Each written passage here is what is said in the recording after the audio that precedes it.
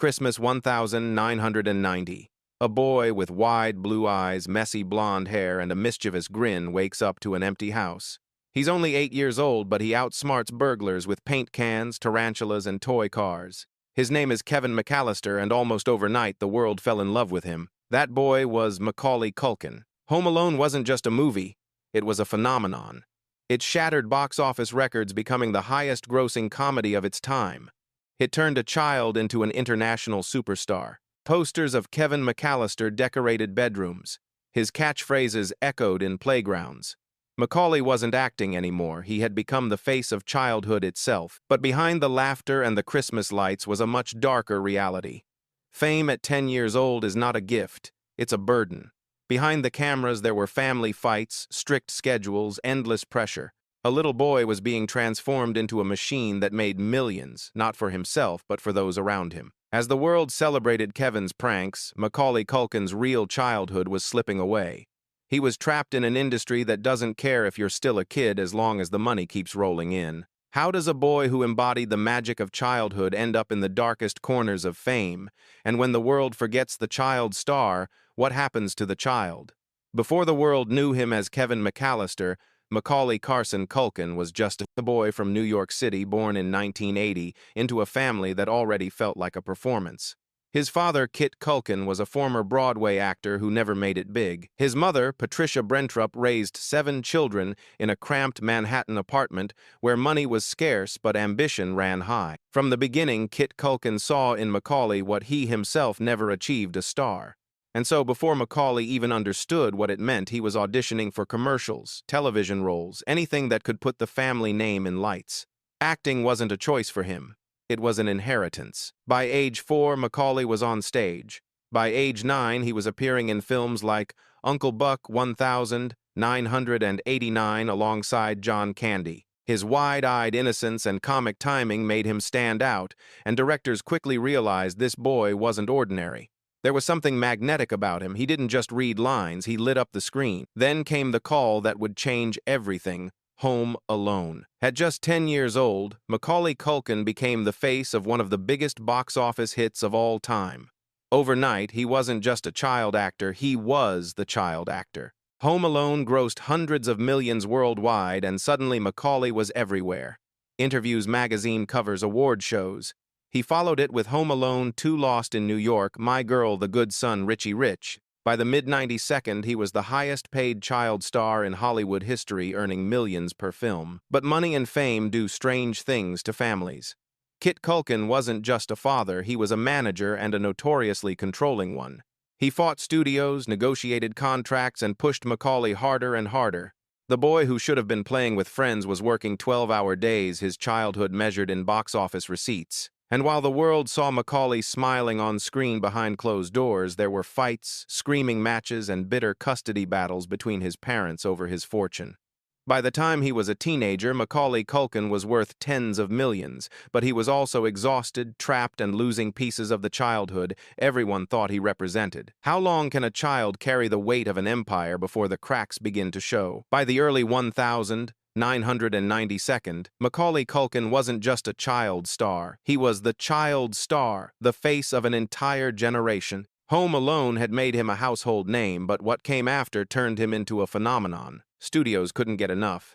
In My Girl, 1991, he broke hearts as Thomas J., the sweet boy whose tragic ending left audiences sobbing. In Home Alone 2, Lost in New York, 1992, he proved lightning could strike twice, delivering another massive box office hit. Then came darker turns like The Good Son 1993, where his angelic face became the mask of a chilling villain. Each role showed his range: innocent, mischievous, even sinister, and the money followed. By the age of 12, Macaulay Culkin was reportedly earning up to $8 million per film, making him the highest-paid child actor in Hollywood history. He owned mansions, traveled the world, and lived a life most adults couldn't dream of. On magazine covers, he was called the most famous kid in the world, but fame is rarely free. Behind the scenes, Macaulay was a boy under siege. His father, Kit Culkin, was infamous for being domineering and abusive, demanding control over every aspect of his son's career. He negotiated contracts with iron fists, alienating directors and studios. Co-stars described Kit as volatile, a man who treated Macaulay less like a son and more like a paycheck. At home, things were worse. The Culkin household was a battlefield, with Kit and Patricia locked in bitter arguments. When the couple eventually split, their custody battle wasn't just over the children, it was over the fortune Macaulay had earned. The boy who made millions was suddenly at the center of a legal war. In interviews years later, Macaulay would admit the truth: by 13, he was burned out. The magic of acting had vanished. Every smile on screen hid a child who felt like a commodity. The world adored Kevin McAllister, but the real Macaulay was lonely, exhausted, and desperate to escape. So he did the unthinkable. At just 14, at the height of his fame, Macaulay Culkin walked away. No more auditions, no more films. The boy who had been everywhere was suddenly nowhere. Hollywood was stunned. Fans were heartbroken. But for Macaulay, it was survival. Yet fame never lets go easily, and as he stepped away from the spotlight, the shadows of his childhood, the trauma, the pressure, the money began to follow him into adulthood. When Macaulay Culkin turned his back on Hollywood, many thought he'd find peace. No more cameras, no more grueling schedules, no more managers turning his childhood into a business plan. But the truth was far more complicated. Fame isn't something you can quit, not when the whole world grew up with your face on their screens. By the late 1992nd and early 2002nd, Macaulay's life began to unravel. He was no longer the boyish star of Home Alone, but a teenager caught in the storm of family chaos and public fascination. His parents' legal battles dragged on, leaving him estranged from his father. Though he won control of his fortune, the damage was done. For the first time in his life, Macaulay was alone, rich, famous, and deeply isolated. The tabloids were merciless. Rumors swirled of drug use, reckless behavior, and aimless wandering through New York nightlife. Paparazzi photos showed him looking gaunt, pale, and unrecognizable, a far cry from the rosy-cheeked boy who had once been Hollywood's golden child. The world whispered, "Was the Home Alone kid dying before our eyes?" In 2004, those whispers grew louder when Macaulay was arrested in Oklahoma for possession of marijuana and prescription drugs without a prescription. Mugshots of the once-cherished child star splashed across newspapers, cementing his image as yet another casualty of child fame. The boy who had been the very symbol of innocence was now branded a fallen idol. Then there was his friendship with Michael Jackson, perhaps the most controversial chapter of his life. Macaulay had been a frequent guest at Neverland Ranch during his childhood, and their bond sparked endless speculation. When Jackson faced charges of child molestation, Culkin testified in his defense, insisting nothing inappropriate had ever happened, but the damage was irreversible. To many, his name was now forever linked with scandal, whether or not he was guilty of anything at all. Through it all, Macaulay remained oddly detached. In interviews, he often shrugged off the chaos, joking about his fame, mocking his own downfall. It was hard to tell if he was truly at peace with his past, or simply burying his pain under layers of irony. The image of Kevin McAllister had become both his blessing and his curse. He could never escape it, yet he could never live up to it either. Hollywood had moved on, leaving him adrift. And so Macaulay Culkin, once the most famous child in the world, faded into the margins, a ghost of Christmas past. But ghosts don't always stay gone. And in the years that followed, Macaulay would find an unexpected way to return, not as a child star, not as a tabloid tragedy, but as something far more human, a survivor trying to build a life on his own terms. By the mid-2010s, most people assumed Macaulay Culkin was gone for good, another child star lost to history, his legacy frozen in VHS tapes of Home Alone. But Macaulay had other plans. He didn't want to disappear. He wanted to reinvent himself, even if it meant leaning into the very image that had haunted him. His return wasn't a blockbuster role or a Hollywood red carpet. It was something stranger, funnier, and entirely his own. Culkin launched a parody band called The Pizza Underground, reworking Velvet Underground songs into odes about pizza. It was absurd, satirical, and pure Macaulay. Crowds came not just to hear the music, but to witness the former child star embracing his weirdness. For the first time in years, he was in control of the joke. Then came the internet. Macaulay became a meme, and instead of running from it, he embraced it. He appeared in quirky YouTube sketches, indie projects, and even reprised Kevin McAllister in a tongue-in-cheek ad for Google. Each time the message was clear, he wasn't running from Kevin anymore.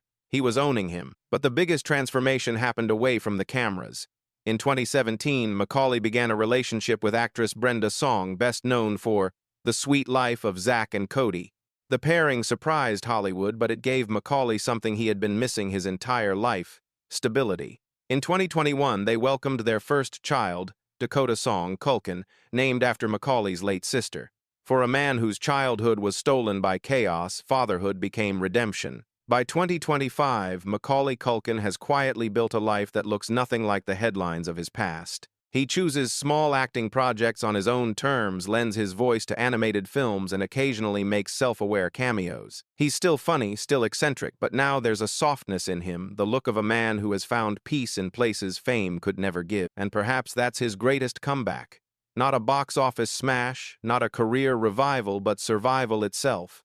While so many child stars of his era were destroyed by the machine Macaulay endured, he stumbled, he fell, but he got back up. The boy left home alone grew into a man who finally built a home of his own. Macaulay Culkin's life is a paradox. He is both frozen in time as the little boy who protected his house at Christmas and a man who has spent decades trying to escape that frozen image. For millions, he will always be Kevin McAllister, the clever kid who outsmarted burglars with paint cans and toy cars. But behind the magic of Home Alone lies a story that is anything but innocent. He was a child turned into a commodity, a family torn apart by money, a star burdened by expectations no child should carry. He tasted fame and fortune at a level few will ever know, and he paid the price with his youth. His downfall was messy, public, and painful, a cautionary tale of what happens when childhood becomes business. And yet, Macaulay Culkin did not vanish into tragedy. He didn't become another lost soul in Hollywood's graveyard of forgotten stars. Instead, he reinvented himself. He embraced the absurdity of his fame, leaned into the jokes, and found peace not in the spotlight, but in fatherhood, love, and a quieter life. His legacy is complicated, but perhaps that's what makes it powerful.